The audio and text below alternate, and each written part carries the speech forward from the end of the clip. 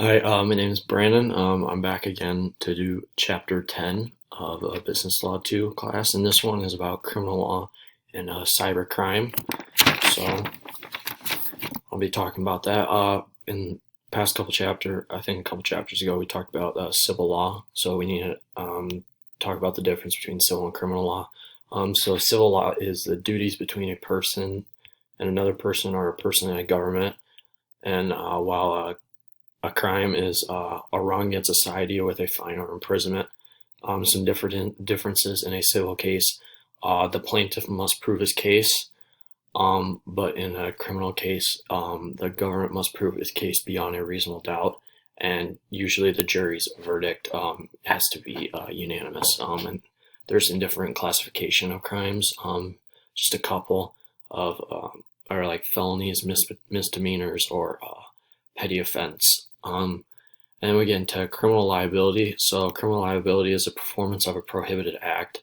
They have the person has a specified state of mind or intent. So like recklessness or criminal negligence.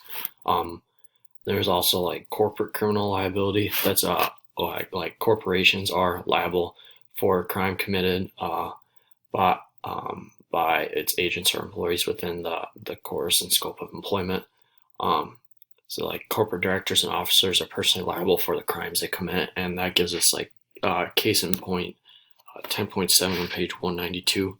So Austin DeCoster owned and controlled Quality Egg. Quality Egg LLC. It was an egg production processing plant in Iowa. His son Peter was the chief operating officer, and then due to unsanitary conditions in their facilities, they sold some eggs with salmonella, and sickened thousands of people in the U.S. The federal government prosecuted them, and they ended up pleading guilty and had to serve a couple months in jail. So that just shows that corporate like directors and people in charge of corporations and corporations themselves are in charge of are held responsible for crime or what they do. Then we get into different types of crimes. So like first there's like violent crimes. This is like murder, sexual assault, rape, assault and battery, some robbery with the use of a weapon. There's also another type of crime is property crime. So that's like burglary, theft, larceny, arson, forgery. There's public order crimes. So that's like public drunkenness, prostitution, illegal drug use. Then there's white collar crimes. That's embezzlement, mail and wire fraud, bribery, and insider trading. And then then last type is organized crime. That's like money laundering. That just basically the conceal of illegally gained funds. So next we get into defenses to criminal liability. A couple different ones they named in the chapter is like self-defense, necessity. So like example 10.15 on page 199. Jake Trevor, a convicted felon, and is legally prohibited from possessing a firearm. While he and his wife are in a convenience store, a man draws a gun, points at the cash register, and demands all the cash at the register. Afraid that the man will start shooting, Trevor grabs a gun and holds onto it until the police arrive. In this situation, if Trevor is charged with possession of a firearm, he can assert the defense of a necessity. So, and then there's also another defense is like insanity, or it was just a mistake. Next we get into criminal procedures. We do have like there are amendments that protect us as citizens from let's say the government from coming in and overstepping their boundary. Like in the Fourth Amendment, they require that law enforcement needs a search warrant.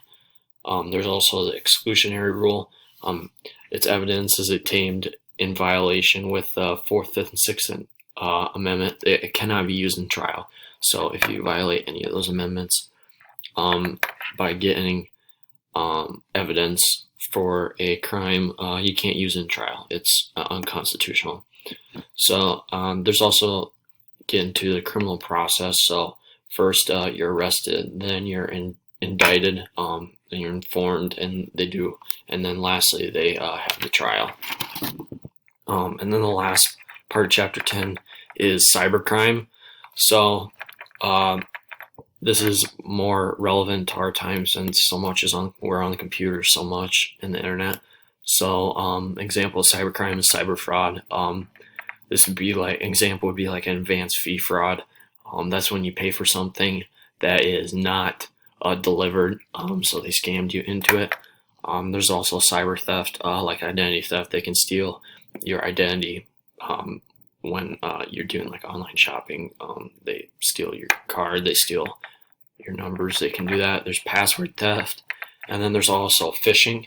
And there's example 10.22 on page 206. This deals with Wells Fargo. The big scandal they have, so they would use false information to make bank accounts to make their self look bigger and better. Customers of Wells Fargo received official-looking emails telling them the type of personal information in the online form to complete. When people filled out the forms, their computers were infected and funneled their data with computer server. The cyber criminals sold the data, and they made false accounts, pretty much.